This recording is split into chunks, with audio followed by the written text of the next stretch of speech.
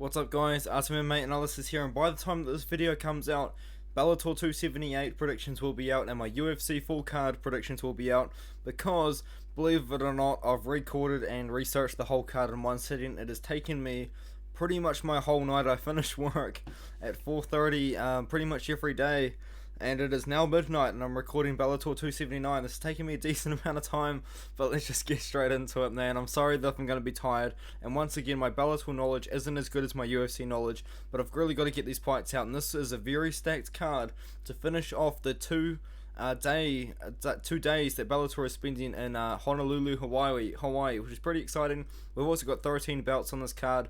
Let's just get straight into it, because I don't want this video to be super long. Sumiko, Inaba versus Whittany, Pyles. Whittany Pyles literally fought about a week and a half ago, or about 2 weeks ago, sorry, against Lisa Modulan. And that fight was pretty crazy. She actually took a lot of damage in that one. Now she's going to be fighting again, only a few weeks later, against Sumiko Inaba. I think this is Sumiko Inaba's opportunity to win in Hawaii, in her hometown, potentially over, and she's got good wins over Randi Field, who's a pretty good win, and a couple of also wins in Bellator. I think that this is going to be a pretty much a guaranteed win for Sumiko Inaba to win this one here. What are the odds? She's minus 550 right now to win the fight. I think that's pretty insane, to be fair. I don't really know if I'd be throwing down at minus 550, but I do have a decent amount of confidence in the hometown hero, Sumiko Inaba. Now, speaking of another Hawaiian fighter that's going to be fighting on this Bellator card, we've got Ryan Dela Cruz, who last fought 7 months ago and did lose to Matt Bissett, but he has beaten no one really of note. All of his wins are really over guys with losing records or guys with not the greatest records. On the other hand, Jordan Winski lost to Brian Moore. Brian Moore's actually not too bad, really. He does have a couple of wins over guys with winning records, unlike Dela Cruz. So I think I'm going to be picking Winski to beat Dela Cruz, even though Dela Cruz is fighting in Hawaii. I feel like this is just an opportunity for Dela Cruz to fight in Hawaii, really, and I do think that I will be picking Winski to win this fight here. And is there any odds? We do have odds. We've got minus 350 for Jordan Winski in that one, which I think is potentially pretty good. So Janay Harding versus Dayana Silva. Excuse me. Janay Harding is from New Zealand. Well, she's born in New Zealand, I believe, but she does fight out of Australia, or maybe even Thailand, because she's training from Tiger Muay Thai apparently.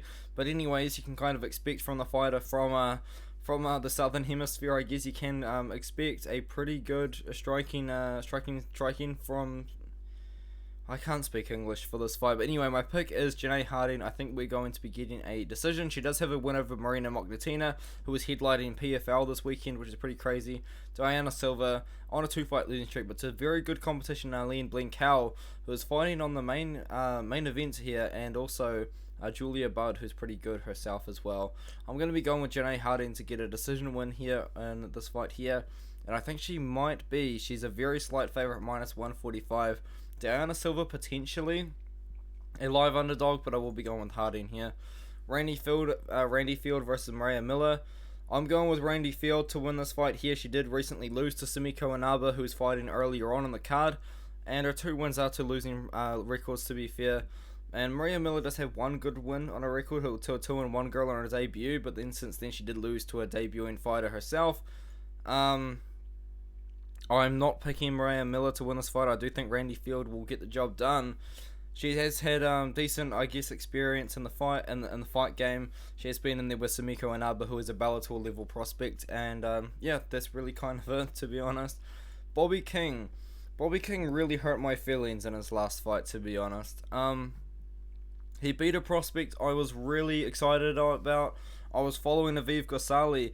I was really excited for Aviv Ghazali to be the next big thing, and Bobby Green ruined that for me, man. He really ruined my potential hype train that I was really ready to get behind in Aviv Ghazali.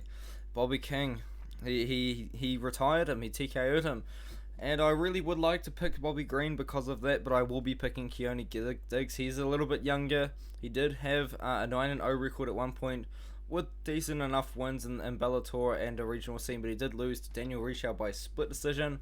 Daniel Richau, obviously very, very experienced fighter. I'm going with Keone Diggs to win this fight here. I feel like Bobby King really only does have just a good striking game. His ground game isn't super impressive in my personal opinion, but yeah, that's why I thought Aviv Ghasali was going to beat him. But Bobby King, oh man, really hurt my feelings. The heartstrings were hurt by Bobby King.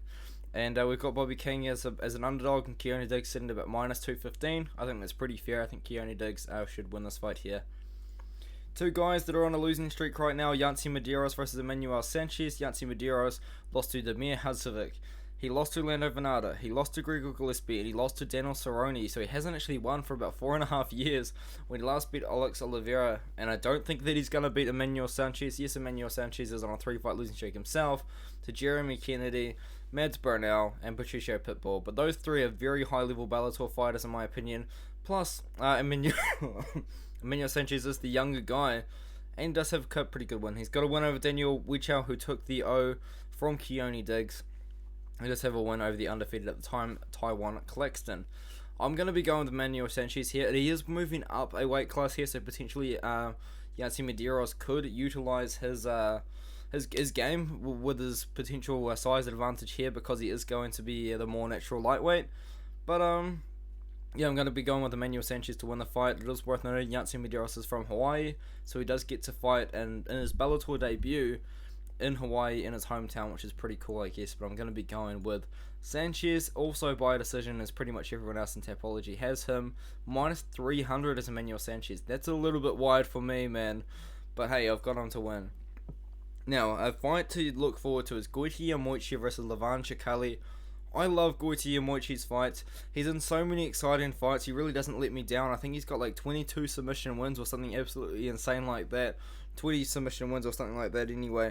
He recently did knock out Chris Gonzalez, which is pretty crazy, because I think he's only got a couple of knockout wins on his record. Lost a split decision to Dan Maraya, but before that did submit a couple of good fighters, including Saad Awad, who's a pretty decent veteran inside Bellator, and he also did beat Daniel Weichel once again. Very experienced veteran of a fighter. But Goiti Yamoichi, very good submission game, very good Brazilian Jiu-Jitsu, fighting Levan Chikali. His one loss is to Kyle Crutchmer, who's a pretty good wrestler. Vinicius De Jesus is a pretty good one for him as well. But I'm just going to be going with Goiti Yamoichi. He's so experienced. This is his 32nd fight. He's got so many submission wins, and I just think that he's going to be able to catch another submission win in this one here. I'm trying to find the odds. He's sitting at minus 180. Minus 180s, that's not too bad, man. Goiti Yamoichi. Or Goiti Yamoichi, I don't really know, sorry. But I'm really hyped for him to win this fight, man. And I think that, once again, a guy that I'm hyped to win the fight is Kai Kamaka III. This guy had such an unlucky run in the UFC. It really was an unlucky run. Everyone seems to think that he beat TJ Brown. He clearly lost to Jonathan Pierce, and that loss to Danny Chavez was, draw to Danny Chavez was because of his point deduction. Very unlucky run that he had in the UFC, but he did beat Tony Kelly, which I guess is a pretty cool win. I think he's going to beat the J-Train, Justin Gonzalez. Justin Gonzalez is actually the guy that beat Zach Zane on Dana White's Contender Series, and Zach Zane is going to be fighting on Bellator 278, where he's been fed to a guy that has actually got a win over Patricky Pitbull. But anyway, moving on, he beat Jake Shoulders, who was undefeated at the time, Taiwan Claxton by split decision, and then lost to Aaron Pico. Aaron Pico, as we know, is an absolute savage. I don't really take too much in that loss there, but I do think Kai Kamaka III, this is going to be a very good opportunity for him to get a win here. He's going to be fighting out of Hawaii. He's going to be fighting in Hawaii. He's coming off a win, so he's going to have some confidence. To be fair, I think after the losing so many fights, or like getting robbed from the TJ Brown fight, the draw to Danny Chavez fight, and the De Jesus win, I feel like it's going to boost his confidence. I've got Kai Kamaka III to win this one. I think he's going to beat the J-Train and Justin Gonzalez, and I'm going to be picking him as a very, very slight favourite. He's sitting minus 120 right now on REF. Lance Gibson Jr. versus Nainoa Dung. Nainoa Dung is from Bellator. Is from Hawaii, and he does have a win in Bellator over Izzy William, but before that he did lose a couple of fights to Zach Zane, okay, he's got a loss to Zach Zane. That's kind of all I really need to know about him, to be fair. And then he lost to a guy that was 1-1. I think at one point Bellator was building this guy up as a prospect, it seems. But unfortunately, it seems like he didn't live up to the hype that they hopefully thought that he potentially had. Lance Gibson Jr. Definitely going to be using Nainoa Dung to build Lance Gibson Jr.'s name here. He's on a win over Roman Pena, Marcus Serene, and Dominic Jones, who are actually not too bad of opponents, really. I think Lance Gibson Jr. wins this fight here in a pretty dominant fashion. I think he's like minus 900 or something like that, which I think is way too wide for this fight. But I really wouldn't be throwing down on Nainoa Dung. I don't think he's that live of an underdog, man. Okay, Ilima-Lei McFarlane versus Justine Kish. I feel like this is going to be a pretty good return for Ilima-Lei McFarlane. I believe that Ilima-Lei McFarlane does have like a Hawaiian background herself, potentially, because I did see like a very short snippet of an interview. She said something, she mentioned it, but I think she's going to beat Justine Kish here. At one point she was undefeated, and she did fight Juliana Velasquez, who is now currently the champion, and did lose a decision there. She did beat Kate Jackson, who's pretty good, Vita Ortega, and Valerie Lecherno, and Alejandra Lara. She hasn't been super active, but she has been fighting in Bellator. She was undefeated at one point, but now she's taken a year and a half off, making her return against Justine Kish, who was at one point in the UFC, with a loss to Sabina Mazo, and a split decision loss to Tracy Cortez, but that was enough to get rid of Justine Kish, unfortunately for her. She did lose to Dayana Bennett. I picked Dayana Bennett to win that fight, and she did. And I think Ilima-Lei McFarlane is going to win this fight too. Big return fight for Ilima-Lei McFarlane. I think she's going to use her ground game for a decision or a submission win here. Minus 300 favourite. I think that's pretty fair. Ilima-Lei McFarlane should get the win here, in my opinion. Great fight now. The Bellator bantamweight tournament, I guess you could say, starting now on this weekend, which is going to be very exciting. Kyoji Horiguchi versus Patchy Mitch. I really like Kyoji Horiguchi as a fighter. He's so exciting. He was beating Sergio Pettis the whole fight until he ended up getting knocked out only 4 months ago now, I guess. 3 months and 4 weeks, might as well be 4 months. He does hold a win over Kai Asakura, and Kai Asakura is very good, but he has also have a loss to Kai Asakura as well. But no, the win over Kai Asakura is pretty awesome, to be fair, because he's really good at a rising prospect. And a couple of good wins over Darian Caldwell and beating a win as well, former UFC fighter. Patchy Mix, on the other hand, win over James Gallagher, who's like the budget version of Conor McGregor. Albert Morales submission win as well, but a loss to Juan Archuleta, who's also happens to be in this tournament as well. Pretty young prospect is Patchy Mix, to be fair, and he's a guy that the Bellator have kind of built up for a while, but he did miss weight in his last fight, so hopefully he can make weight in this one. But I'm going to be going with Kyoji Horiguchi to win this one. Probably a decision win, probably a dominant decision win, really, as I do think that Kyoji Horiguchi is really good. And it's a shame that I think the UFC released him a few years ago, because they should have really tried to hold on to him. Am I thinking of the right person? Yes, I am thinking of the right person. That's right. He was fighting for the UFC back in 2016, and then Ryzen took him. They really should have tried to keep him a bit longer. But anyway, he's fighting in Bellator now and finding success there. He's sitting at minus 300 favourite. I think that's a little bit wide for my liking on this one, but I do think he's a pretty confident pick to win this fight here. Speaking of confident picks, I think Raufeon Stots is going to beat Juan Archuleta.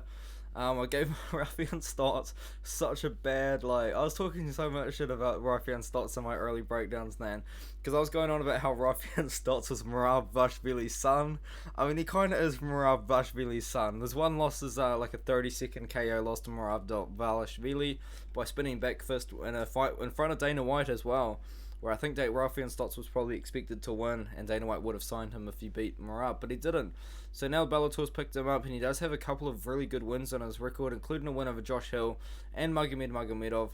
I think Raufeon Stots is going to win, and I think he's going to become the interim bantamweight champion. He's got really good wrestling. He's actually a pretty good, well-rounded fighter, to be fair. And I think Juan Archuleta has shown that he can be beaten before. He lost to Sergio Pettis by decision, and he did lose to Patricio Pitbull about 2.5 years ago. But now he's moved down to 135 and has found some success. But I will be picking Raufeon Stots to beat Juan Archuleta by a decision here, just using his wrestling to get the job done.